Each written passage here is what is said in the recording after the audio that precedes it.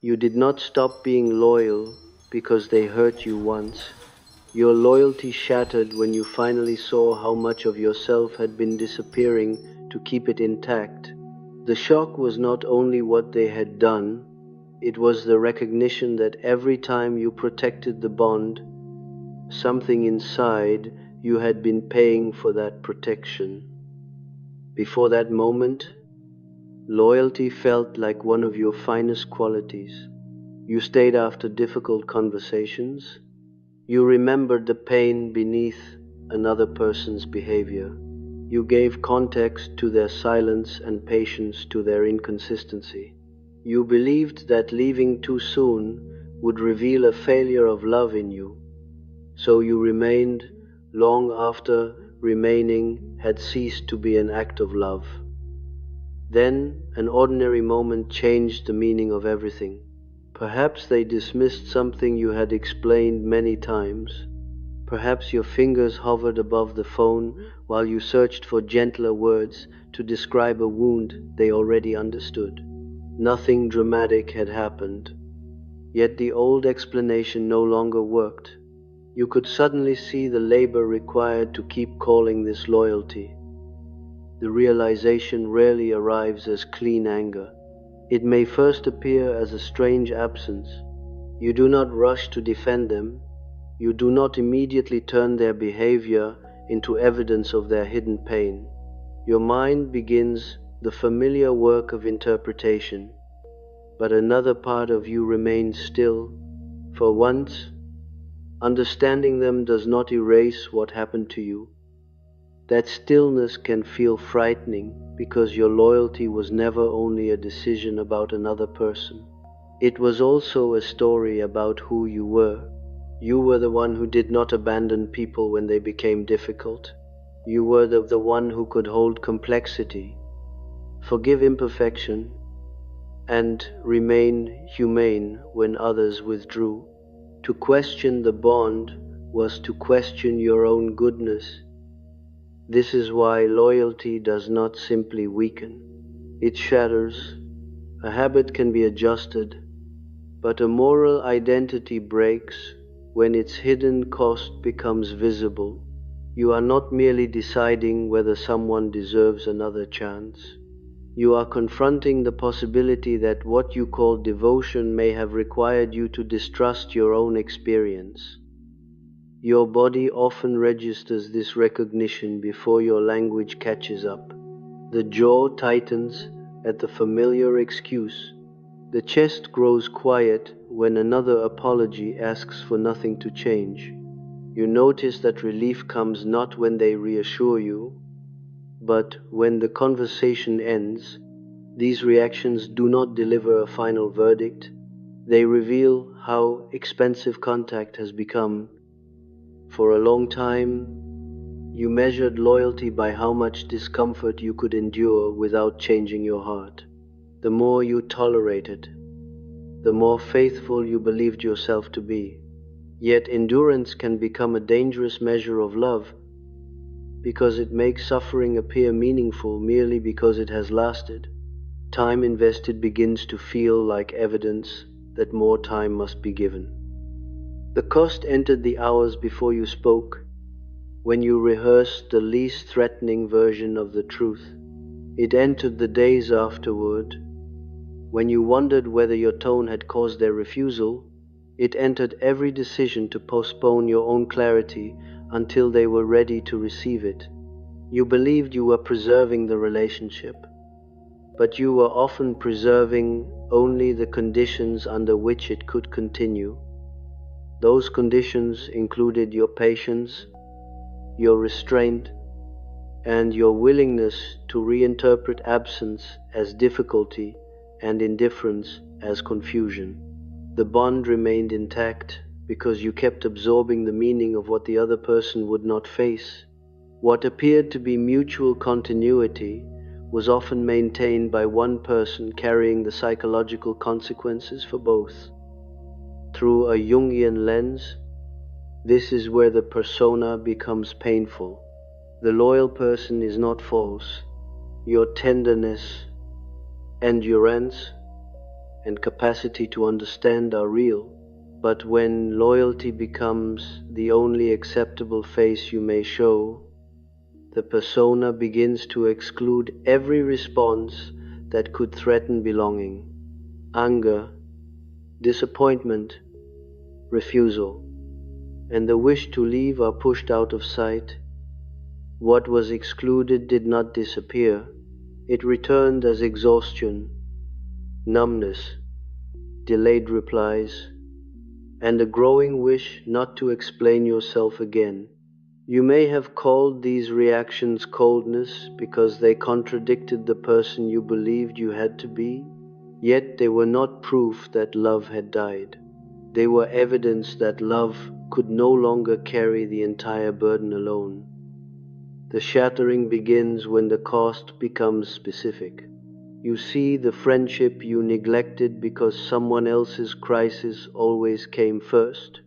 You hear how rarely your own preferences enter the conversation. You recognize the opportunities you postponed, the sleep you lost, and the truths you softened. Loyalty stops looking noble when you can finally name what it consumed. This recognition may bring shame because no one forced every sacrifice from you. Some were requested, but others were offered before anyone had to ask. You learned the signs of disappointment and moved quickly to prevent them. You anticipated needs, repaired tension, and accepted responsibility for emotional consequences that belonged to more than one person. Your loyalty had become faster than conscious choice. That does not make you foolish. The arrangement survived because it gave you something important. Loyalty protected you from the grief of seeing that a person could receive your devotion without becoming capable of meeting you. As long as you kept giving, the relationship remained unfinished rather than impossible. Another conversation, another act of patience, or another season might still change its meaning. Hope was hidden inside the loyalty. You were not only staying with who they were, you were staying with the possibility that one day your constancy would make them safe enough, honest enough, or present enough to meet what you had been offering. To stop felt cruel because it seemed to withdraw love just before love might finally succeed. But the moment of recognition changes the question. You no longer ask only whether they have suffered, whether they meant to hurt you, or whether they might change. You begin to ask what remaining requires from you now. The shift is quiet, but it is irreversible. Intention can no longer cancel impact, and potential can no longer substitute for presence. This is often where guilt arrives. Your throat closes when you imagine disappointing them. You feel the old impulse to send one more explanation, not because the truth is unclear, but because their discomfort still feels like evidence that you have done something wrong. The bond has trained you to experience their reaction as a judgment on the legitimacy of your limit. The guilt may be strongest precisely when the limit is most necessary. If loyalty has organized your sense of worth, refusing the old demand will not initially feel like integrity. It may feel like betrayal. The psyche does not abandon a long-protected identity without protest. It produces doubt because doubt once helped you return to the role before the relationship had to change. You may look for a dramatic offense that would justify your withdrawal. You want a final event so undeniable that no one, including you, could question the response. But the true cost is often cumulative. It is the repeated disappearance of your preferences, the constant editing of your speech, and the loneliness of being loved most easily when your understanding asks for nothing in return. This makes the fracture difficult to explain. Others may see only the final conversation and believe your response is excessive. They did not witness the hundreds of inward negotiations that preceded it. Even the other person may be genuinely confused. They knew your loyalty as a stable fact, not as a living exchange with a cost, because you rarely allowed them to see the effort beneath it. By protecting them from the full consequences of their behavior, you also protected the arrangement from revealing how dependent it was on your silence. Your patience appeared effortless because the exhaustion remained private. What they experienced as acceptance may have been your repeated decision to carry a truth they were not prepared to acknowledge. Here the shadow enters through the virtue.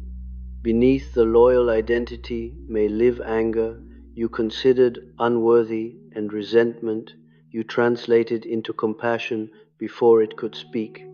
There may also be a wish to be indispensable. If your devotion made you impossible to replace, perhaps the bond would finally become secure. Loyalty protected attachment, but it also protected you from feeling replaceable. This is the harder recognition. Giving more could create a sense of moral safety. Whatever happened, you could tell yourself that you had done everything. You would not be the one who failed, abandoned, or misunderstood. The loyal role preserved your goodness, but it sometimes prevented you from asking whether goodness had become a way of avoiding the pain of choosing. Choosing is more exposing than enduring. Endurance allows the other person to remain the center of the story. Their wounds, limitations, and potential explain why you stay. Choice returns attention to your own life.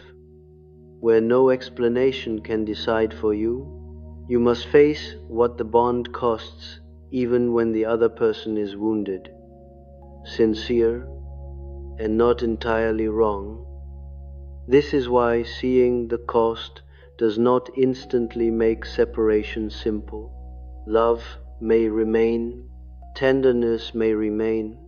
You may remember the moments when they truly reached you, and those memories are not necessarily false. A relationship can contain real affection while still depending on your willingness to carry more than your share of its emotional weight. Your loyalty shatters because it can no longer remain innocent. You now know that staying is also a choice with consequences. Each time you silence the objection rising within you, you are not merely giving them another chance. You are teaching a hidden part of yourself that connection still matters more than its testimony. The old response may continue for a while. You may answer the call, soften the truth, or feel immediate panic after saying no. Recognition does not erase conditioning. Yet, something has changed inside the repetition. You can feel the moment when care turns into self-abandonment, and once that boundary becomes visible, crossing it no longer feels like unconscious generosity. What breaks is not your capacity for loyalty. What breaks is the belief that loyalty must remain loyal, even to what diminishes you. The old identity treated withdrawal as cruelty and endurance as love. Now both meanings have become unstable, and you are left holding genuine affection beside an increasingly undeniable cost. The first rupture is therefore internal. It occurs before any departure, confrontation, or visible boundary. The loyal persona loses its authority to interpret every sacrifice as virtue. Another voice, once buried beneath patience, begins to ask why love has required so much disappearance. It does not shout, and it does not offer a simple answer. Clarity may leave you more disoriented before it makes you decisive. The old meaning of loyalty has collapsed, but no new definition yet feels trustworthy. You are learning that devotion without discernment can preserve connection while quietly removing the person who remains connected. The bond may still be present, but its moral shelter is gone. You may still want them to understand, to change, or to release you from guilt by admitting what happened. But the old protection has failed. You have seen that loyalty kept the relationship alive, partly by making your own loss difficult to see. And that knowledge now lives inside every choice that follows. The deeper question is no longer why you remained for so long. It is why disappearing once felt safer than disappointing someone you loved. The next time their message appears, your hand still reaches for the phone, but the old certainty is gone. Every choice that follows now carries the weight of what you have seen. The familiar gesture of saying yes no longer feels simple. The message you once answered automatically now asks you to notice what answering will require. Nothing outside may have changed, yet the arrangement has become harder to inhabit because your participation is no longer hidden from you. This pattern did not endure merely because you were patient. It endured because loyalty gave structure to uncertainty. When another person was inconsistent, your devotion supplied continuity. When they withdrew, your interpretation kept the bond emotionally present. When they offered little clarity, your commitment became a bridge across the absence. You created stability where the relationship itself could not reliably provide it. That stability was costly, but it was also reassuring. It allowed you to believe the bond had a dependable center, even when that center was largely your own effort. As long as you remained constant, the relationship did not have to reveal what it would become without your labor. Loyalty protected you from uncertainty by making you responsible for preventing the answer. Over time, this responsibility stopped feeling voluntary. You became alert to every small change in tone, every delay, and every sign that connection might be weakening. A brief silence could redirect your entire evening. Your shoulders lifted before you replied, and your attention left whatever had mattered moments earlier. The relationship acquired priority not because it was always loving, but because it was never fully secure. Uncertainty can create a peculiar form of devotion. What is reliably present may be appreciated, but what repeatedly disappears demands interpretation. You think about it, explain it, and search for the missing cause. Your attention becomes proof of importance. The more energy the bond consumes, the more significant it appears, until cost itself begins to masquerade as depth. This is one reason you may have defended the relationship when others questioned it. Their concern did not feel like protection. It felt like a failure to understand everything you understood. You knew the history behind the withdrawal, the fear beneath the coldness, and the wound behind the refusal. To accept a simpler interpretation seemed cruel because complexity had become the language through which your loyalty remained justified. Yet understanding had acquired another function. It kept judgment suspended. If every hurtful act could be traced to an old wound, you never had to decide what the behavior meant for your present life. Explanation postponed consequence. Compassion remained active, while discernment was asked to wait for a future in which the other person might finally become what their history had prevented.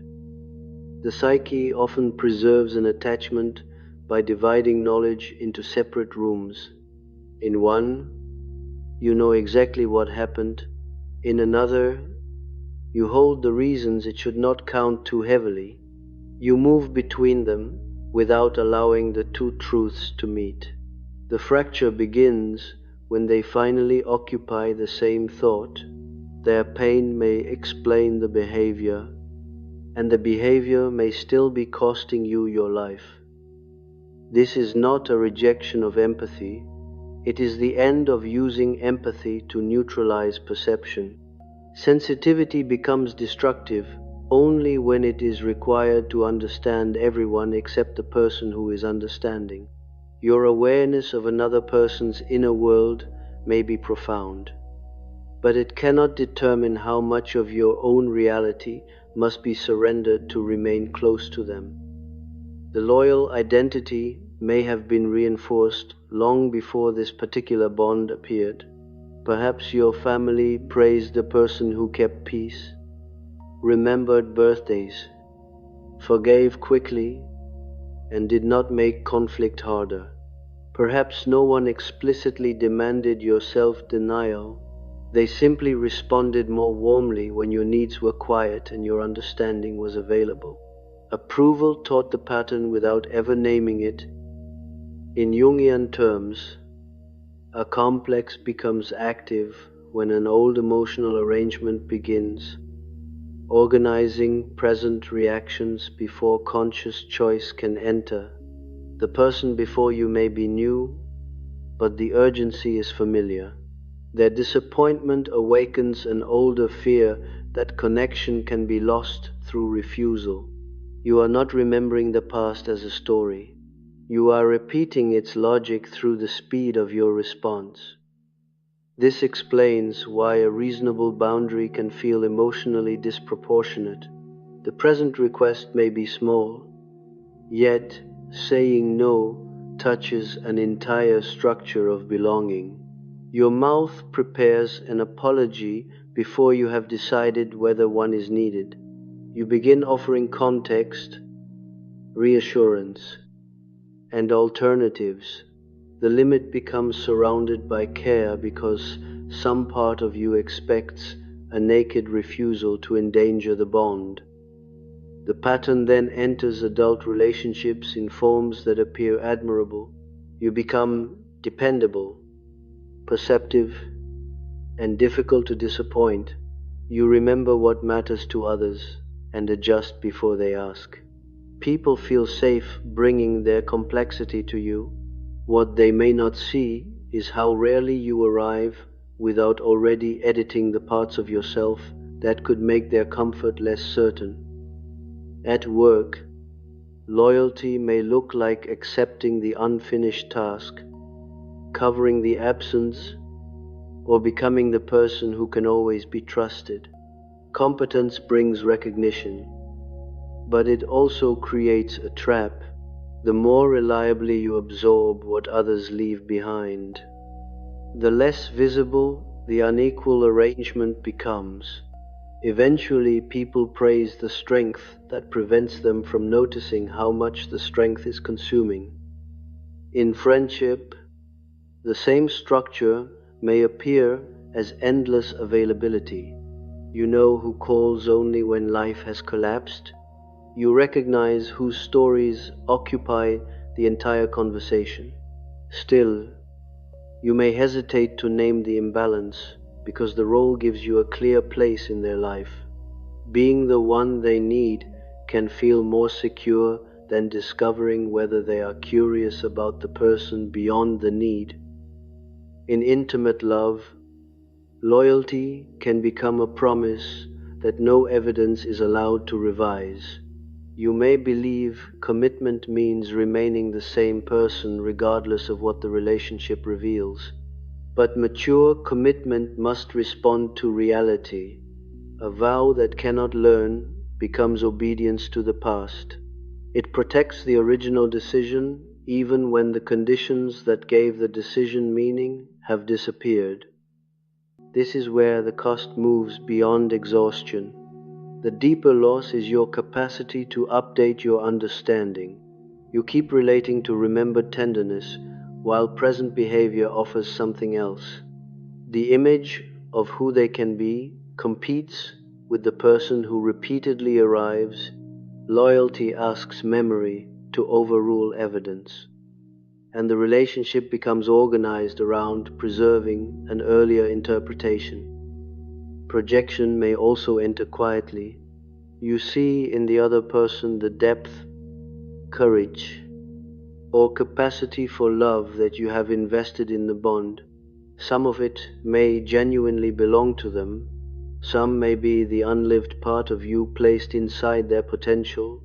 Your devotion then becomes attached not only to who they are, but to qualities you need them to embody, so the sacrifice will make sense. This does not mean the relationship was imagined.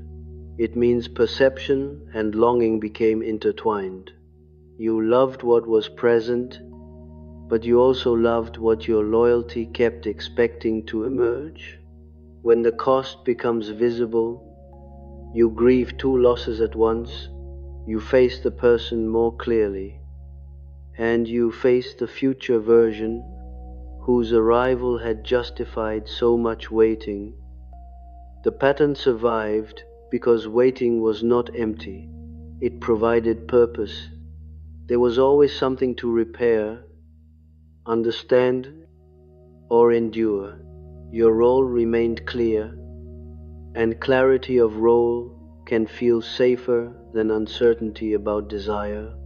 If you stopped organizing life around the bond, you might have to notice what you wanted beyond it. Loyalty filled the space where an unlived life had begun to gather.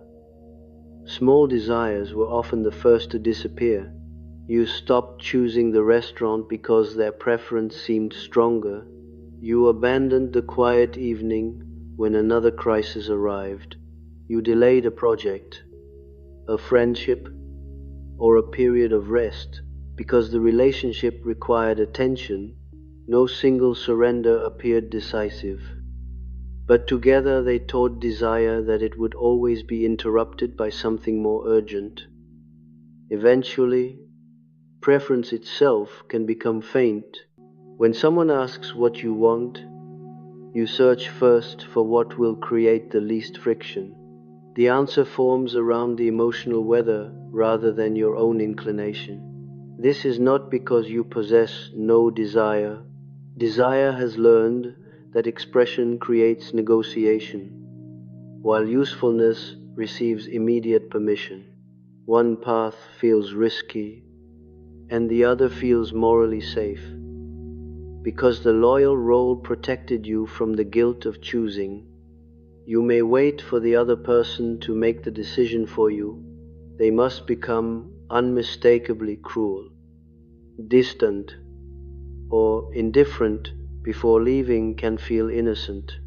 Their failure must become complete because ordinary unhappiness does not yet feel like sufficient permission. You wait for evidence so absolute that choice will appear to have been removed from your hands. This waiting can quietly invite further injury, not because you want to be harmed, but because each disappointment strengthens the case before an inner court whose standard is almost impossible. The shadow of loyalty appears here. What looks like devotion may also postpone the moment when you accept authorship of your own life.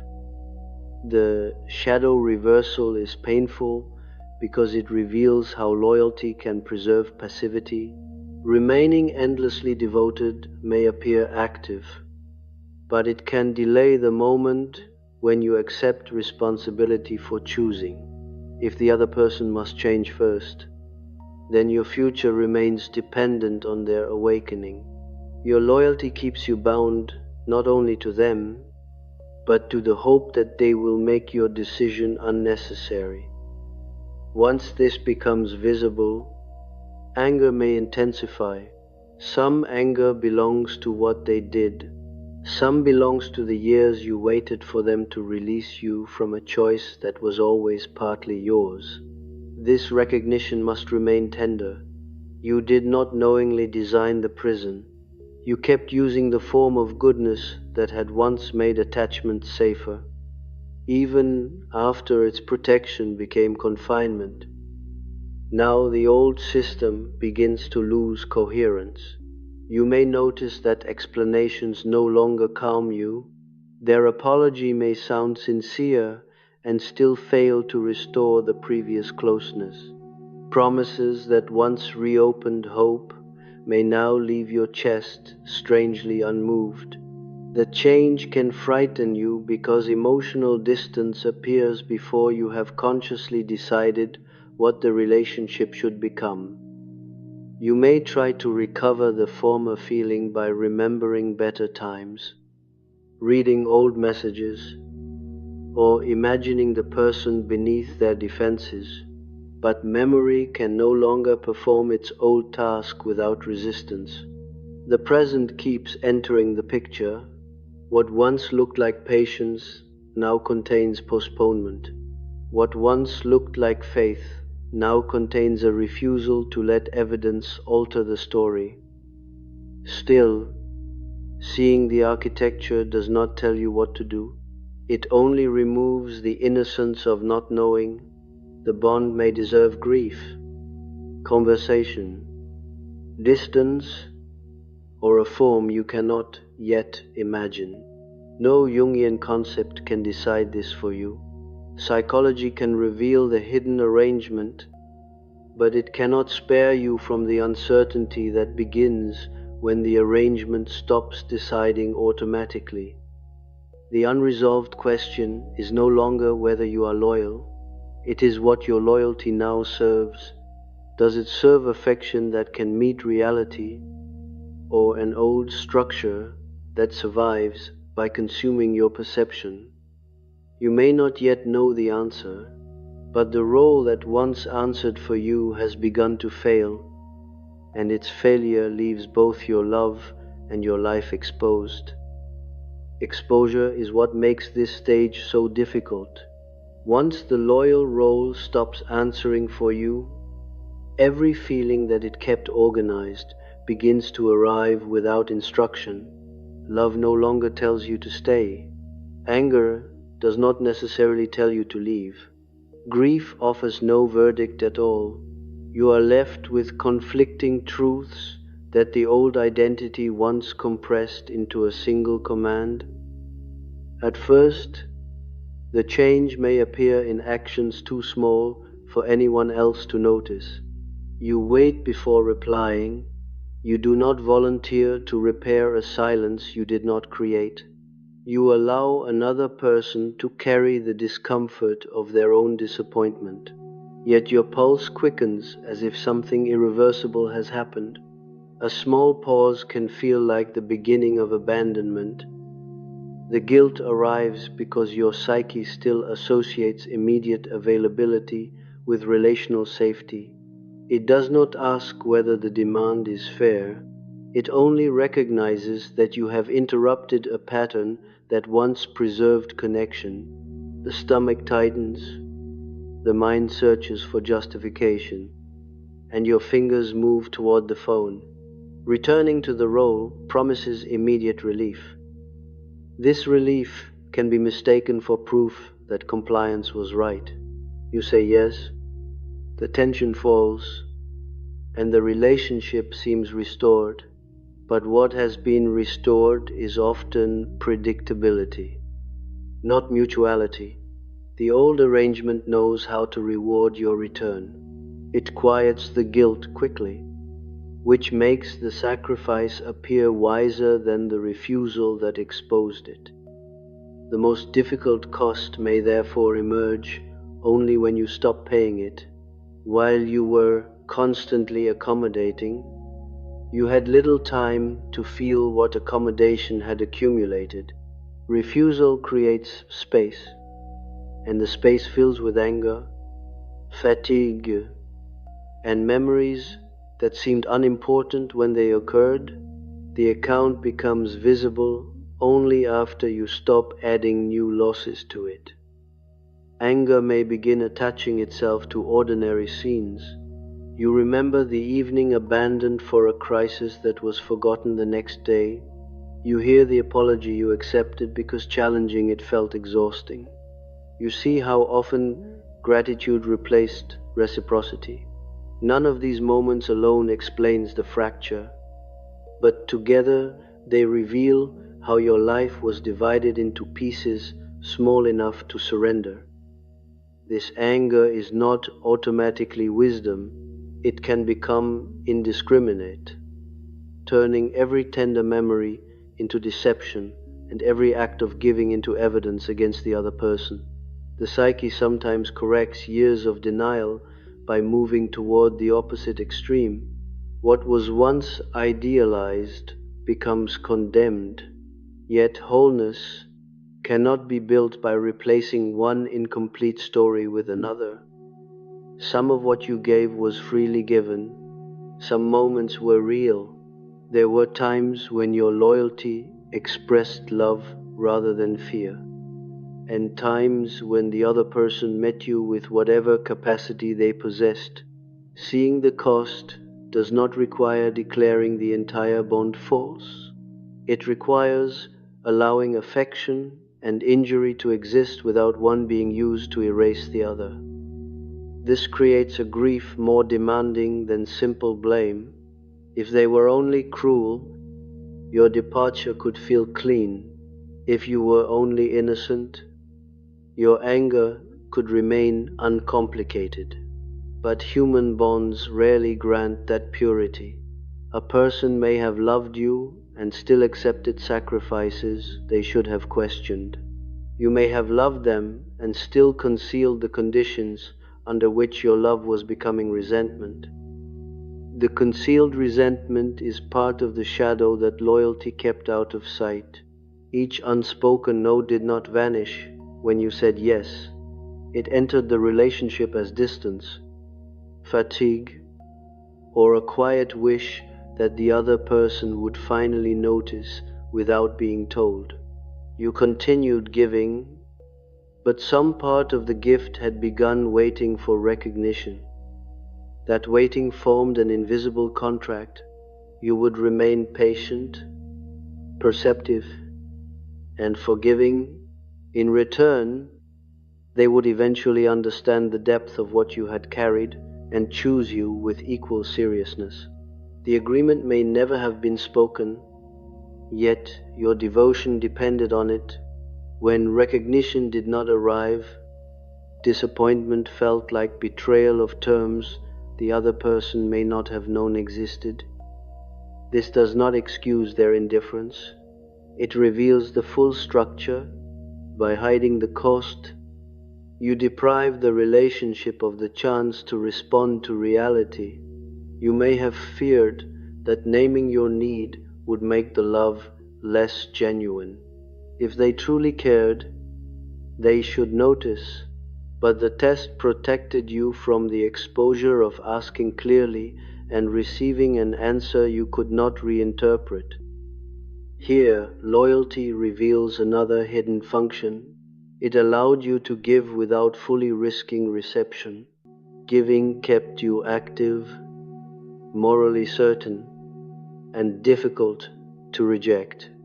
Asking would have placed your need in another person's hands. They might meet it, misunderstand it, or refuse it. Endless devotion protected you from that uncertainty by ensuring that vulnerability always moved in the other direction. Being needed can feel intimate while preserving distance. The other person reveals their fear, confusion, and dependence, while you remain the one who understands. They may know your patience, your advice, and your reliability without knowing what frightens you or what you secretly want. Loyalty can create closeness around their vulnerability while keeping yours carefully outside the bond. The cost is not merely that you received too little, it is that the structure made receiving increasingly difficult. When care finally arrived, you may have minimized the need, repaid the gesture, or returned attention to the other person.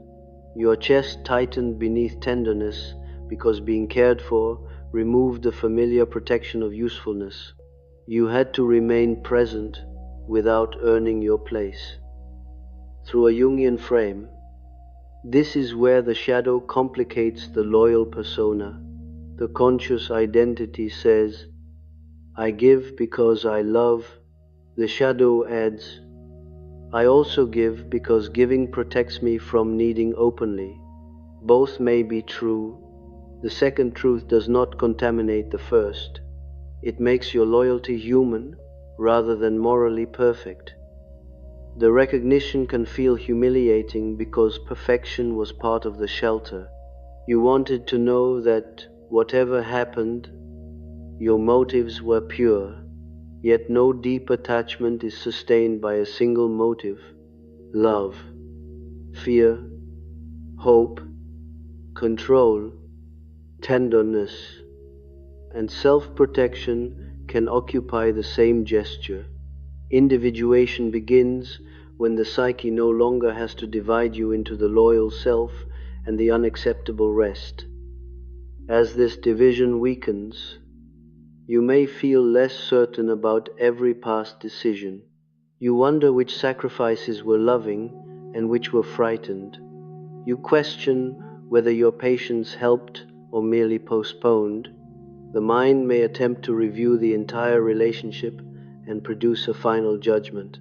But the past cannot always be separated into clean categories after the motives have become visible.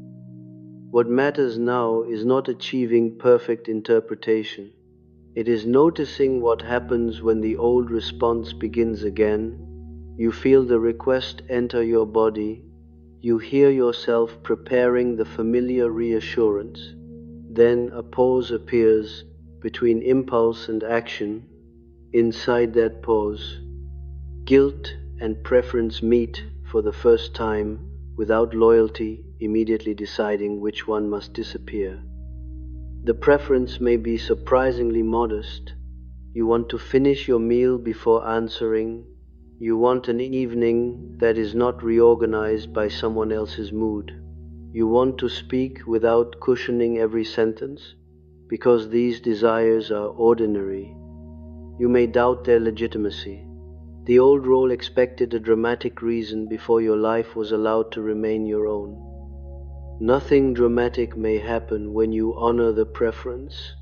The other person might cope, the silence might remain, the world might continue without your intervention.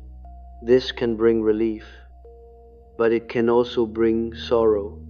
You discover how many emergencies required your participation to feel like emergencies, and how much of your identity depended on being the person who could resolve them. When the crisis continues without you, you may feel replaceable. When it collapses without your labor, you may feel used. Both reactions reveal how deeply function and belonging became intertwined. You wanted freedom from being necessary, yet necessity assured you that your absence would matter.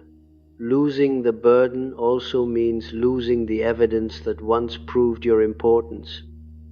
This is why separation can produce loneliness even before a relationship ends. You are no longer fully available to the old role, but you do not yet know how to be present without it. Conversations feel different when you are not interpreting every pause. Silence becomes larger when you do not fill it. You begin to see which connections can meet you and which require your function to remain alive. The temptation to return may become strongest here, not because the arrangement has become healthy, but because the emptiness feels unfamiliar.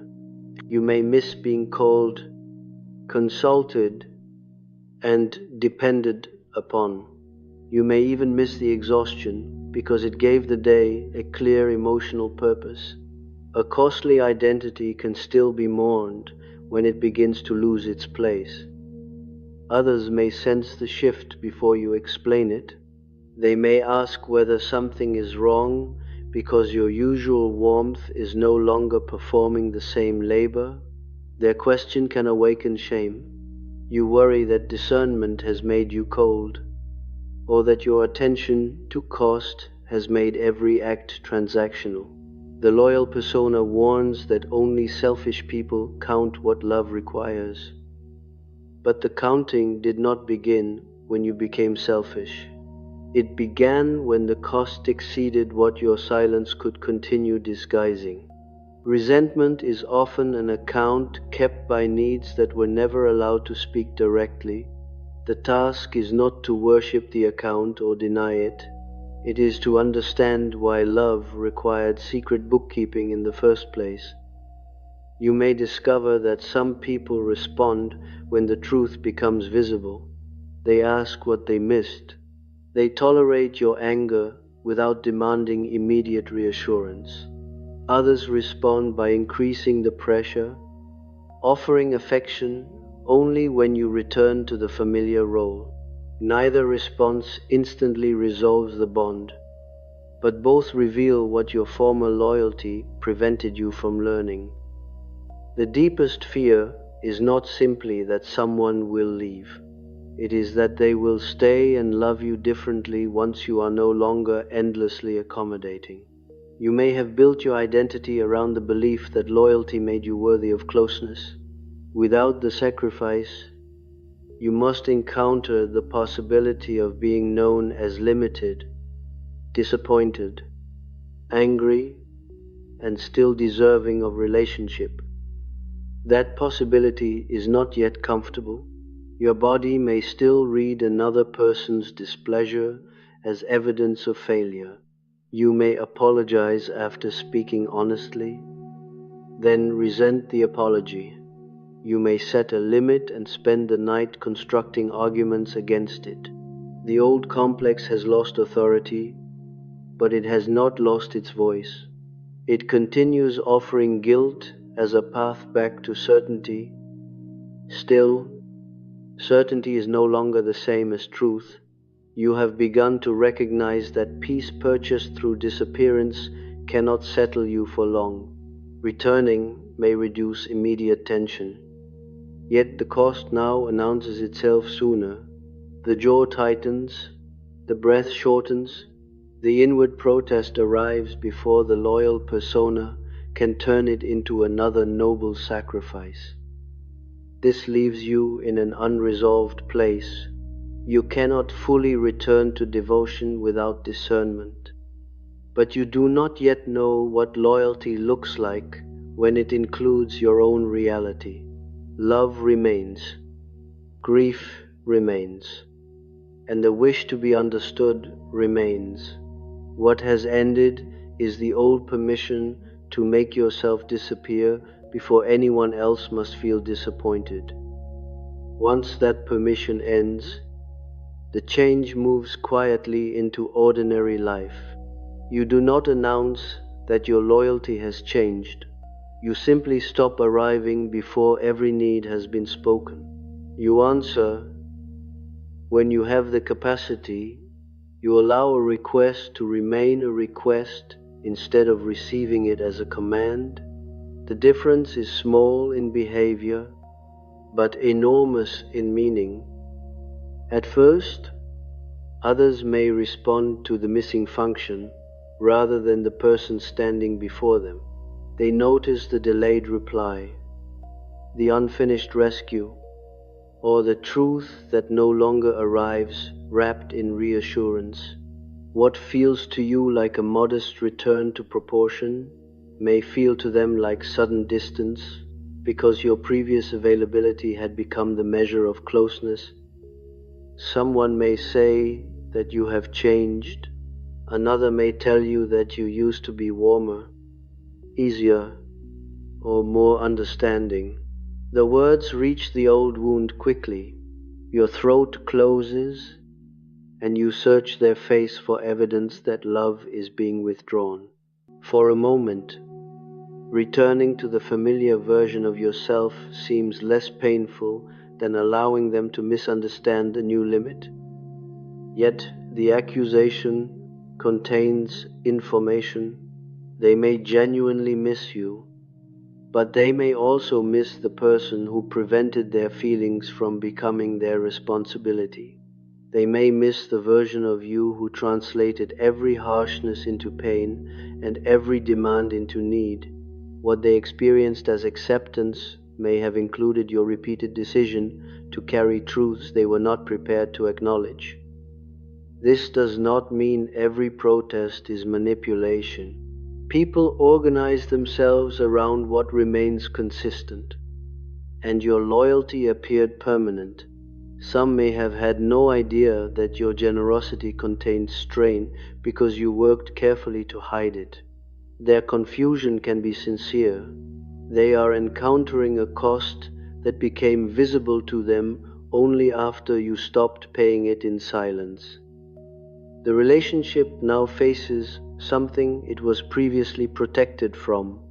Can it remain connected when your discomfort has equal reality?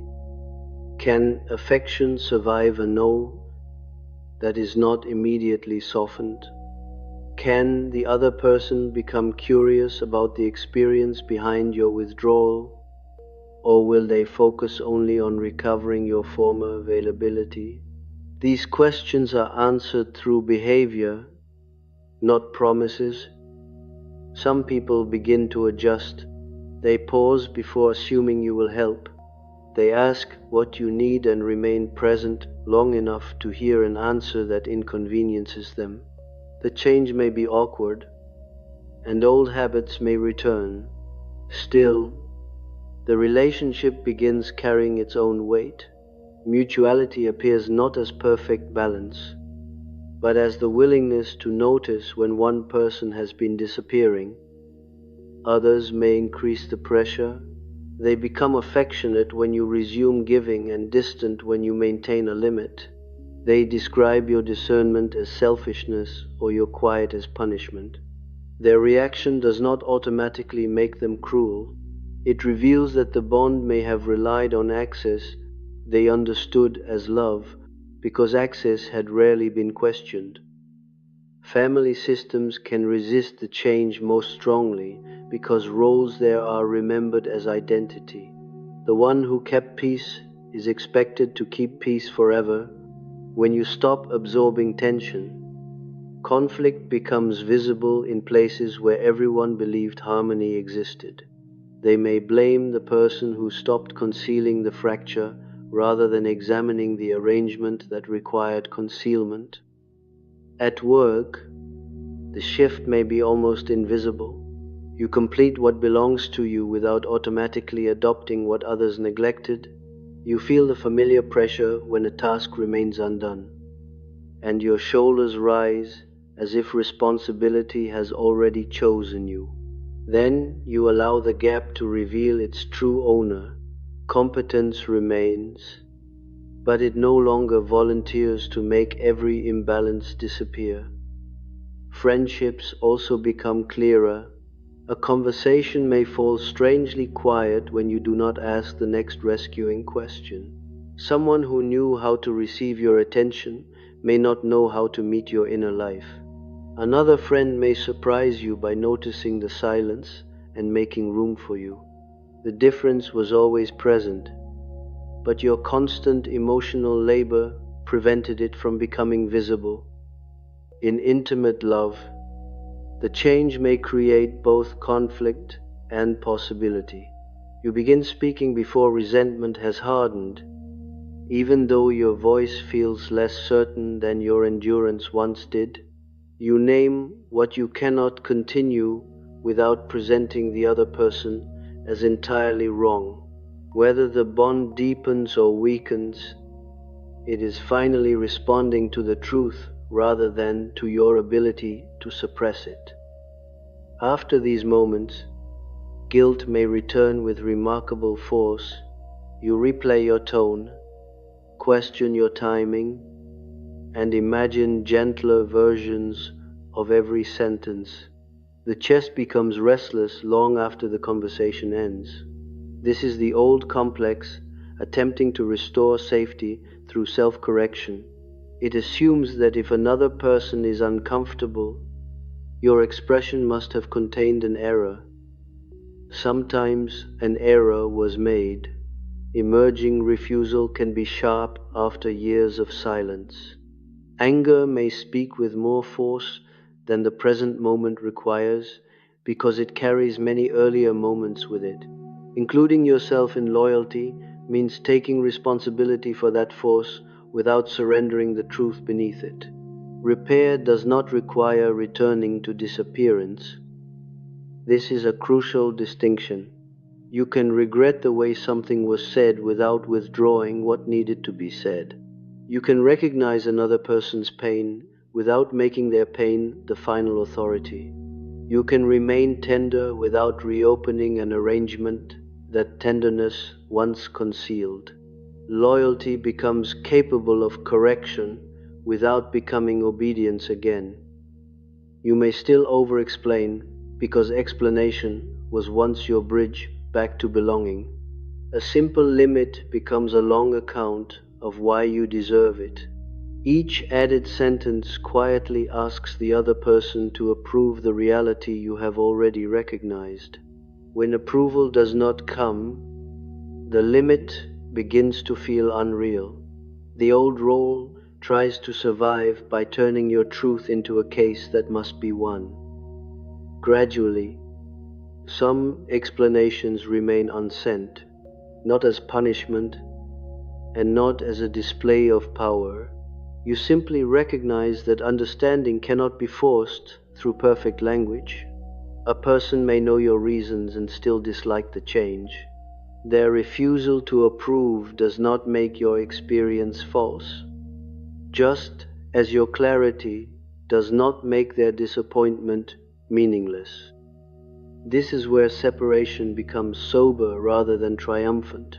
You are not becoming untouchable. You are becoming less willing to touch others by abandoning yourself. The difference leaves room for grief, negotiation, and uncertainty. It also leaves room for relationships to find a different form, instead of assuming that every painful pattern must end through dramatic departure. Some bonds may continue with greater honesty. Some may become more distant because the former intimacy depended on your role. Others may end without a final act large enough to explain them. Contact simply becomes less frequent as you stop providing the energy that once kept the connection moving. The ending can be quiet and still carry profound grief. You may mourn the person even when distance is necessary. You may miss their voice, their humor, or the version of yourself that existed beside them. Missing these things does not invalidate what you saw. Grief is not evidence that the cost was acceptable.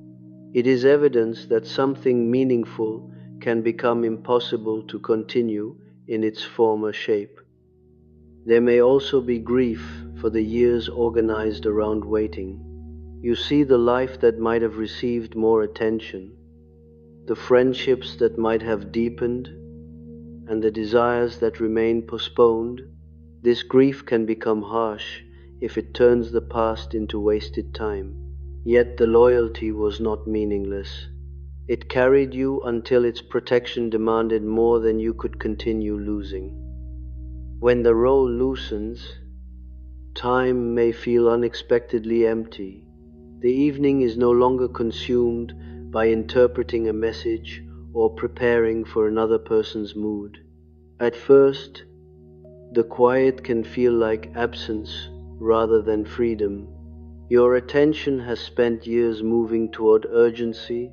Without urgency, it does not immediately know where to rest or what deserves its interest. Small preferences begin entering this space.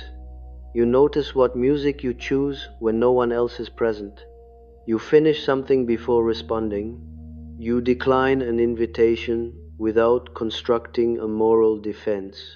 These moments are not proof of a new identity. They are evidence that preference can exist without being immediately overruled by the fear of disappointing someone. Receiving also becomes a different kind of test. When another person offers care, you may feel the impulse to minimize, repay, or become useful again. Mutuality asks you to remain visible while someone else contributes. It removes the familiar certainty of being the stronger one. The experience may feel less intense than being needed, yet it allows closeness to form around more than your function. From a depth psychology perspective, this is a movement toward less division. The loyal persona is not discarded.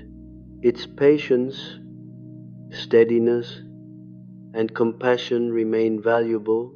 What changes is its claim to represent the whole person. Anger can speak without becoming cruelty. Preference can appear without becoming selfishness.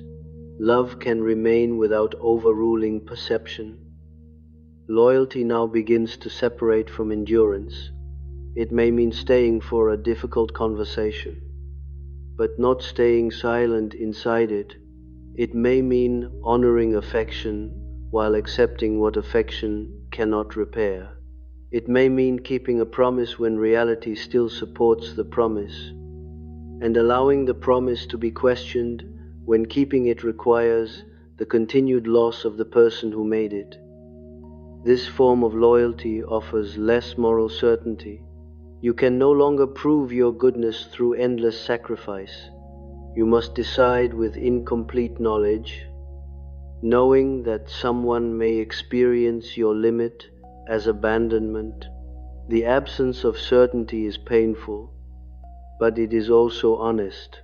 Adult choice rarely arrives with permission from everyone affected by it. The shadow still requires responsibility. Anger can tempt you to treat every request as exploitation and every disappointed person as proof that you were used. Discernment must include the possibility that some demands are ordinary and some closeness will inconvenience you. The end of self-abandonment does not mean a life without sacrifice. It means sacrifice is no longer automatic or invisible. You are also no longer protected by moral superiority. You participated in keeping the old arrangement alive, even when the participation was learned through fear and rewarded through belonging. This recognition does not distribute blame equally. It returns your agency to the only place where it can exist, inside the choices that are now yours to see. The other person may never acknowledge what the loyalty cost you. They may preserve a story in which you became cold, difficult, or unrecognizable. You may still wish for the confession that would release you from doubt, but waiting for their understanding would repeat the old bargain by making your reality dependent on what they are willing to face. The final change may be almost impossible to show from the outside. You still care, but care is no longer permitted to erase evidence. You still feel guilt, but guilt is no longer treated as a command. The bond may remain uncertain, yet your place inside it is no longer secured by becoming smaller than the truth you carry. What remains is not a clean ending, but a different relationship to your own perception. You may still love, miss, forgive, or remain connected. You may also keep a distance that carries sorrow rather than revenge. The shattering did not remove your tenderness. It removed the old authority that demanded tenderness be proven through continued loss. Loyalty remained, but it no longer required your disappearance. Hello, I'm John, and I manage the psychoanalysis. Many of you come here seeking language for experience you have carried quietly for years. So I want to be transparent about how this film was made. This is an original essay inspired by Jungian psychology. AI-assisted tools support parts of the narration and visual production, while I personally review and edit every element. This is not archival footage or a lecture by Carl Jung. It is a contemporary interpretation offered for reflection, not therapy or medical advice. Thank you for trusting this space and for being here.